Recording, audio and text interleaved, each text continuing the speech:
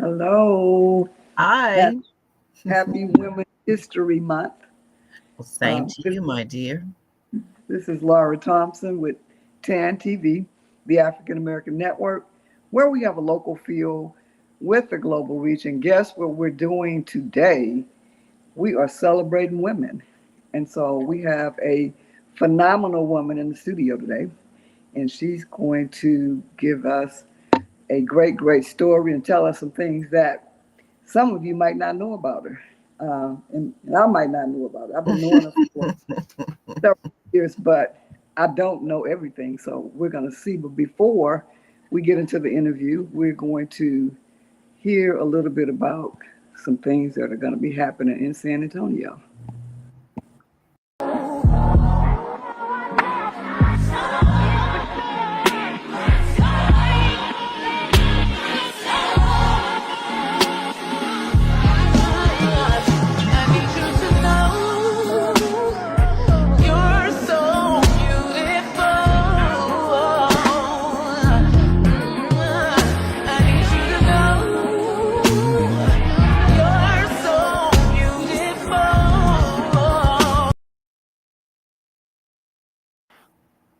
So we have so many amazing women in San Antonio and across the country, but I'm particularly fond of the fact that we have some outstanding and amazing entrepreneurs here in San Antonio that are women, because we're in San Antonio. So before we get started, I would like for you to tell us who you are, where you're from, what you do, and all of that good stuff. Ooh-wee. All right. So I'm not looking all phenomenal today, Yes, you but are. Yes. I am Patricia Moore, aka Pat Moore. I am from Texas City, Texas, which is a town that's about 5 miles from Galveston. But I've been Wow. in San Antonio since 1978. So a long time. Wow. What do I do? Well, let's see. I'm a sales broker, so I sell Medicare insurance plans. I play piano. I'm a mom, a grandma, a wife of 31 years. What else do I do? That's about it. Feed the stray Wow. cats. My family would say, don't forget to put that in there. Tired of me feeding stray cats, as a matter of fact. But yeah, that's just a few of the many things.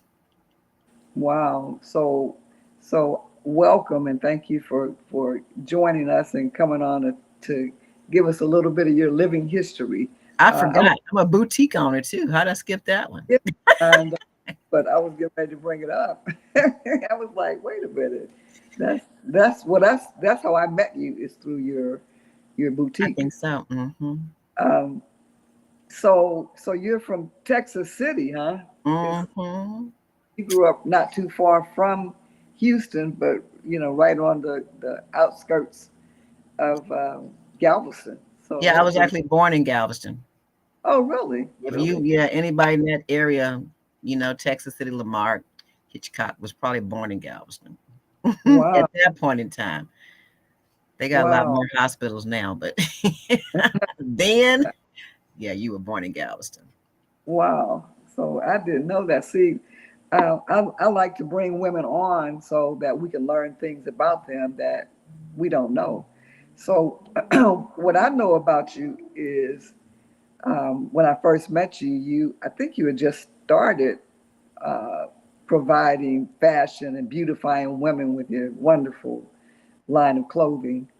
Um, and so that's how I knew you. And Okay. so I would just see you around town, at different events. Yeah. Um, I saw a very fancy dress that I liked when I first met you, and hmm so um, I've been doing business with you off and on since then.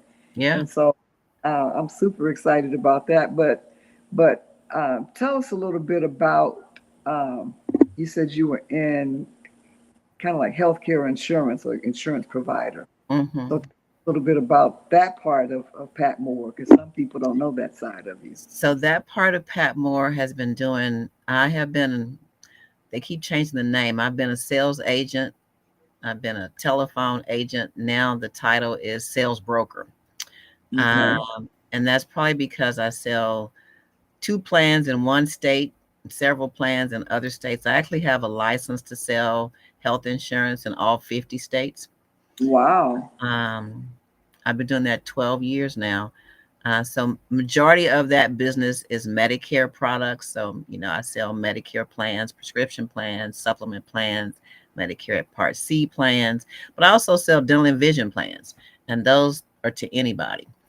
And so, yeah, I've been doing that now 12 years, Wow. and So I so like it a lot. So I'll probably keep on doing that till I'm too old. wow. So you started the clothing part of your business In before 2010. in Yeah. 2010. Hmm. Oh, you've been doing that a little bit longer. Yeah. So So, I've been doing the clothes 14 years. okay. I had the So clothing business 2 years prior to me starting to sell the insurance. wow. So what did you do before that? Before that, I was a project manager. I was a project manager for like 15 years. And then before that, they had a fancy title for it, but that's what it was. And then before that, I was a bank teller for a little while. I was administrative assistant at the United Way for a little Wow. while. Yeah, I have moved around. I have a plethora of knowledge. I said I'm a jack of all trades. Well, you use it well. You've got the voice. You got that um, calming voice, but it's an authoritative voice. And you know Uh, what? I've hated that voice my entire life. I've gotten used to it now because I can't get rid of it. But do you right. remember when we were kids in school and they would have the plays and the kids would get to try out and say, what part they were going to be? They never let me try out. They gave me the same role every year, which was narrator. And the Wow. teachers all said it was because my voice was so strong.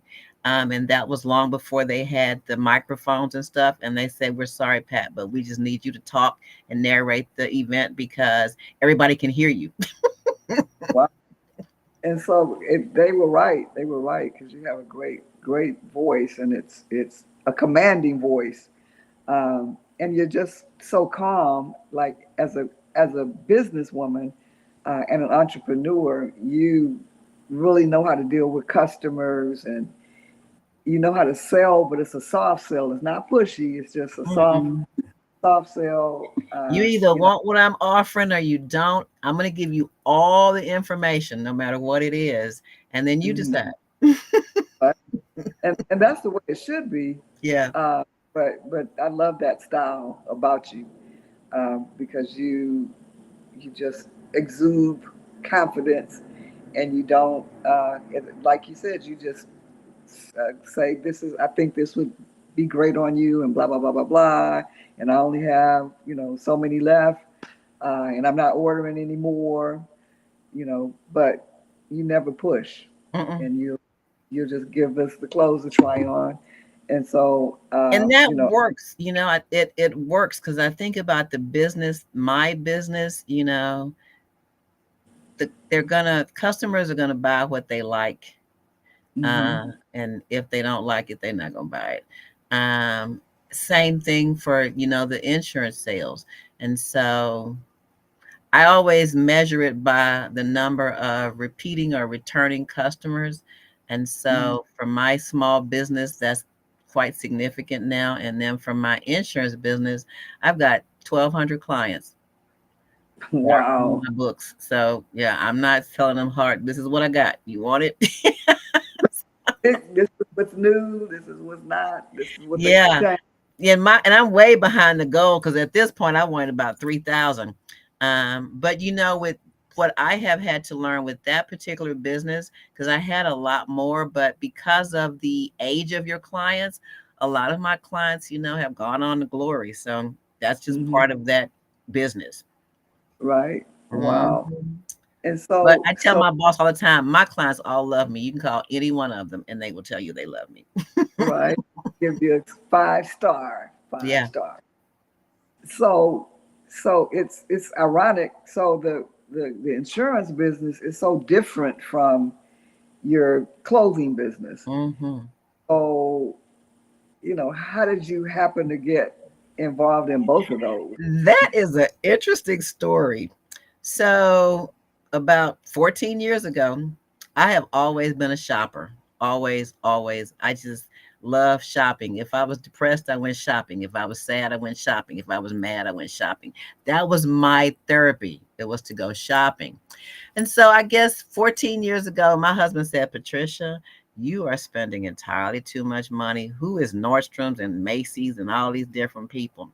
And he said, you got to curb this. And so I called my sister and I said, I don't think he understands. I need that. And so she said, have you ever considered shopping for other people? And I said, what do you mean? Like a personal shopper? She said, no. You start a business, you know, and that's what you do, shop for other people. And so I thought, yeah, but I got to buy some clothes. And she said, well, you have been telling me about this. So this was like on a Wednesday. I'll never forget it. And she said, can you be in Dallas on Friday before 6 o'clock? I said, girl, it's Wednesday. She goes, I know, but I set up an appointment for you. I called Wow. this place at the Dallas market and told them about you. And the guy wants to meet you. And so I thought, okay. So I made it to Dallas before 6 o'clock, and we went to the market and met this guy. And my sister had really talked me up, and he said, well, I'll help you, tell you what all it requires for you to purchase from us. And the rest is history. When I went to the bank to open my business account, this is just how naive, I guess, if you will, that I was. I went to the bank to open a business account, but had no business name. Wow. And the man said, well, you got to have some more stuff. And he started telling me what all I needed to have.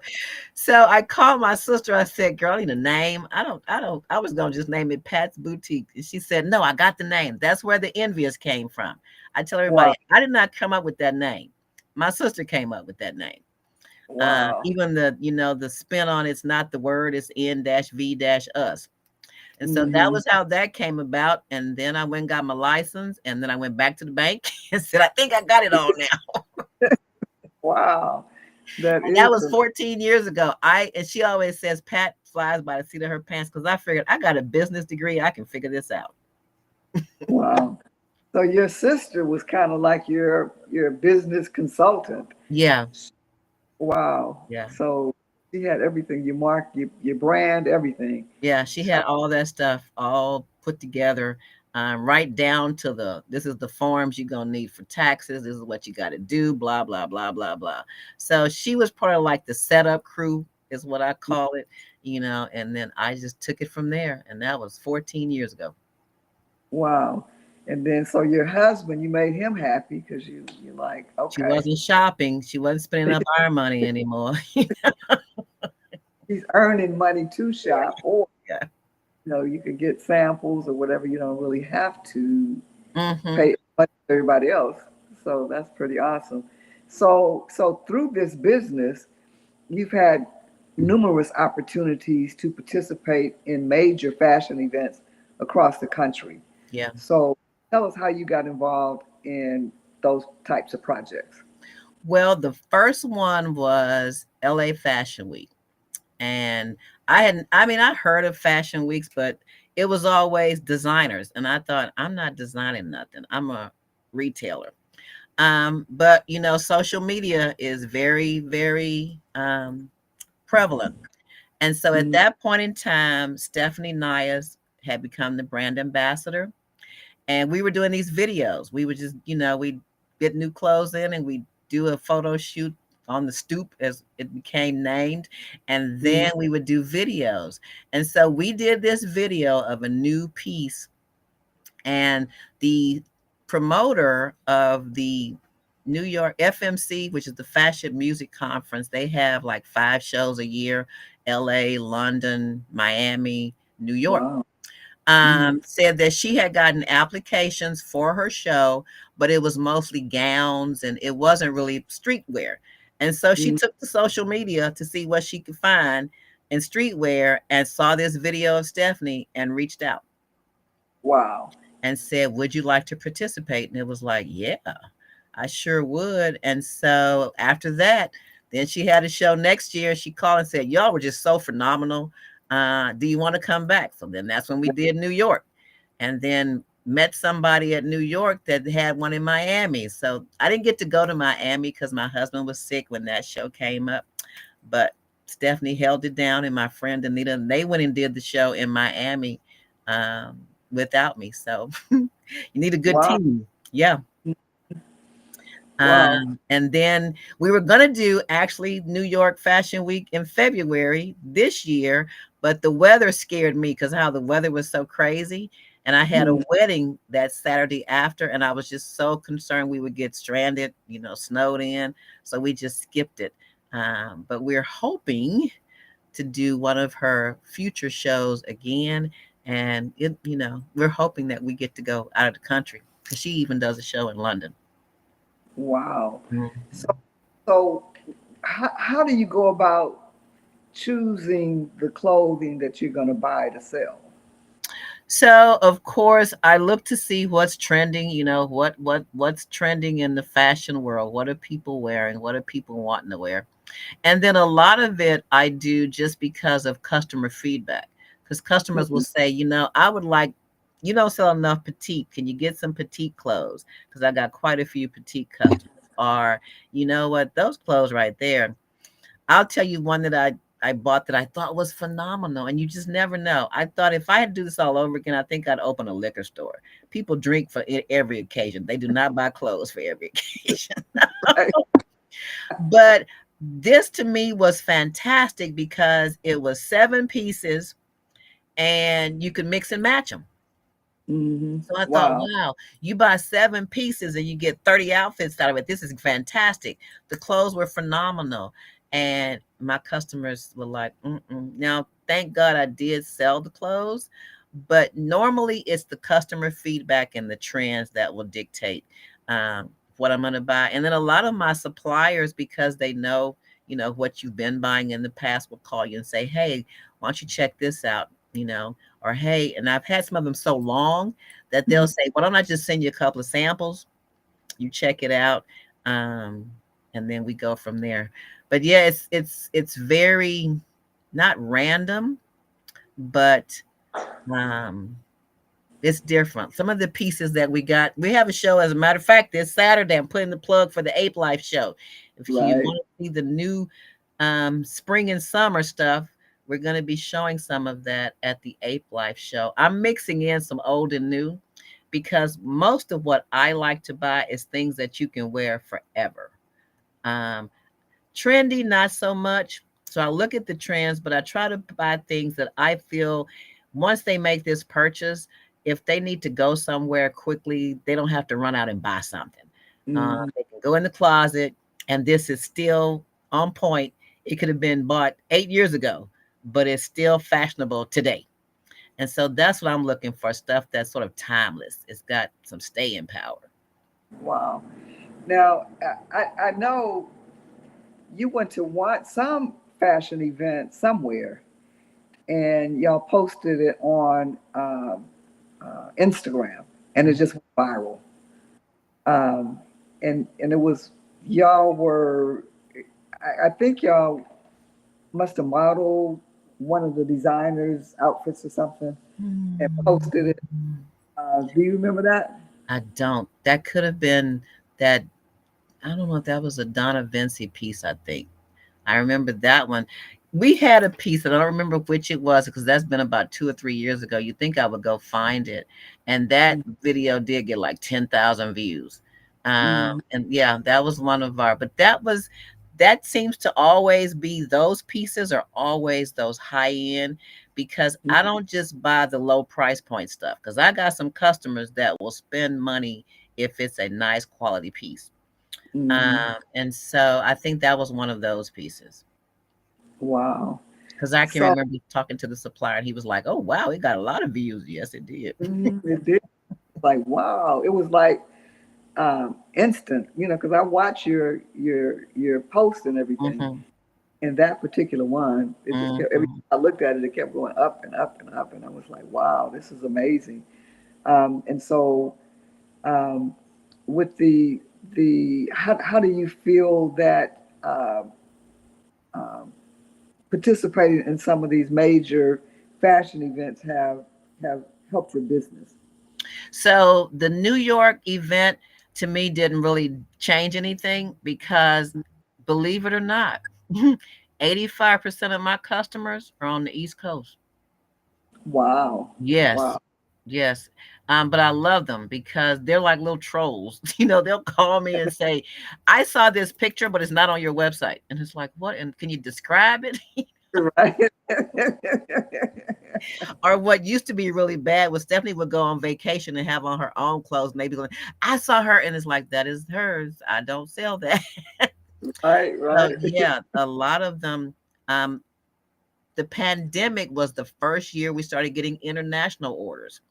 And Wow. that's still a struggle to just try to figure out how to get their stuff because shipping is so costly. Hmm. But yeah, you just never know too what people are going to really look at a lot. I'm constantly doing classes to learn how to capture people's attention because social media, I say I'm old. I should have done this 30 years ago. Because trying to learn all that social media stuff is like, ooh, this is above my brain cell power today. I know it takes more time than it's worth sometimes. Yeah. Like you get frustrated and your blood pressure goes up. It's like, That's when it's time for me to start over, just drop it and start over tomorrow. right, right. So what do you like most? The personal selling face to face. I know you go out to different events and show. People come to your home to you. You got your storefront right. Yeah. At home, and that's where I like to shop when I shop with I you. have a lot of customers that like to shop. That's like, we'll come because that's my newest struggle. But I've come to the decision that I'm gonna just leave. It's not broke, don't fix it. Because I wanted a storefront again, but it's like it ain't broke. Like, don't fix it. It's working Right. just fine. That's an added expense. You don't need to Mm, take that on because it's working just fine. Um, right. I prefer. I like it prefer when they come to shop, the personal shopping. Hmm. You still get to see people. I don't mind doing the pop-ups, and I used to do a lot of them. I have reduced that just because I'm getting old now. And you got to pack up a lot of stuff to get ready to go to those events. So I've reduced that to one a month or none some months, no more than 4 a year. It has to Yeah, be made. because it's a lot to pack up all that stuff, get it set up, get ready for the Mhm. show. Then you gotta break it down, so yeah, I'm not doing all of those anymore. I like the store and the people contact, but I am happy and content with it just being online, a show every now and Mhm. then the regulars show up and shop. Yeah, I really like that. It's convenient. It's almost like you have a private uh, Hmm. shopper for you. And what I found too, I did it once and then I did it again. And so it's like, maybe this will just be an annual thing. The bag sale. Hmm. Yeah. When you're Yeah, not pretty needing cool. to move out some of that seasonal stuff. Yeah. Mhm. The customers like the bag sale a lot too. And I've figured out how to do it for the online customers. Mhm. So yeah, the bag sale is it works out really good. And it still gets you some interaction because the customers that are online are sending messages and emails and all sorts of stuff. Um, I usually get my granddaughters like, okay, you in charge of emails. I'm in charge of messages. So to keep up with it. But yeah, I think I like all of it. My favorite part of it though, the whole thing is going to shop for clothes. Wow. Yeah, somebody else could do all the rest for me and I'd be fine. That was my whole reason for starting it in the first place was I like to shop. That's the part that I still like. Wow. Yeah, I could So, be the person that was just the buyer and somebody else doing the rest. well, maybe someday you will. Yes, ma'am. So, I'll so, claim that. so one other thing before we go, and I think it's a very important aspect of any business, is the way you give back to the community. And so I don't think you did the fashion show this year, but you've done No, fashion that was a shows. monster. That Alzheimer's fundraiser. Whew, Oh, okay. that was a monster to put on. And yeah, we did that for 7 years. We did the Wow. fundraiser that brought awareness to the caregivers of Alzheimer and dementia patients. And so that was the most well-known event, that was a fundraiser. But I've done some other collaborations with other businesses that do like prom gowns for the high schoolers. I Mm, did a fundraiser that was bringing water wells, building water wells in Africa for those areas that didn't have water. That was probably my very first fundraiser. When I had the physical store, we did that. We've done back to school fundraisers where if customers brought in school supplies, they got a discount just for bringing in school supplies. So okay. it's a lot of stuff that you just don't hear me. I don't advertise or promote that I've done. Some Mm, stuff with Sam Ministries, the food bank. wow. Yeah. So that's what we need to know about your living history and the legacy that you're building and the legacy that you're going to be leaving. And we want people to know you for those things and for your contributions. And so this has been a great conversation. I have learned a little bit more about you than I knew before in detail. I would just again just see you at this event or um, with the insurance part. Mhm, I've mhm. dealt with you on the insurance part, but you got some fabulous, amazing stories uh, about your business, and so we wanted as many people to learn more about this, and it's a play on words, but to learn more about what Pat Moore is doing uh, for her as an entrepreneur and for your business. And one other thing, you said you played the piano, so tell us a little bit about that. So I started playing the piano when I was 7. Wow. And all of my musician friends say, girl, you ought to be phenomenal. But I'm going to tell you what your problem is. And they're right, because I'm a believer that when people don't even know each other, telling you the same thing, Mhm. it's true.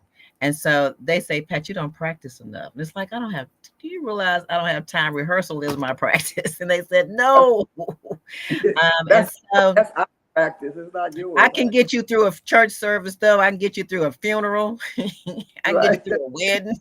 So, yeah, it may not be, as I always say, Liberace, but you'll have some music. But yeah, I started playing piano um, when I was 6. I was taking lessons, and in the 70s, my father and I were a duet because Wow. my dad played piano. I'm a preacher's kid. And Okay. so my dad was the singing preacher and he could play the piano. And so Wow. my dad was usually on the piano and I was the voice singing. I haven't sung a solo in 40 years.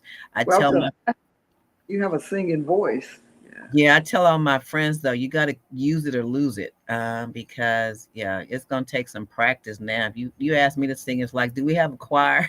I need some backup. I'll sing with the choir. Right.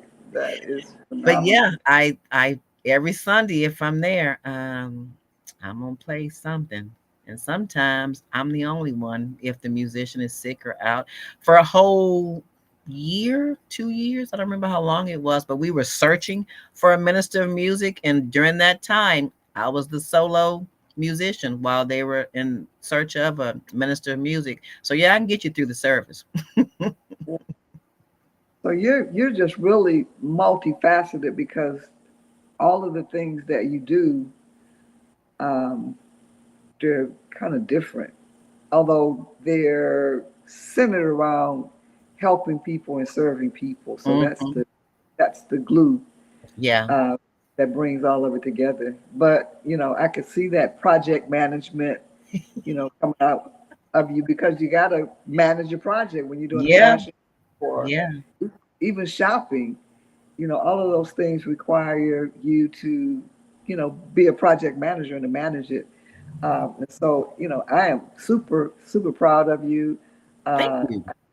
uh, so excited. I said, I've got to get Pat on here to get her to talk because she's real matter of fact and short.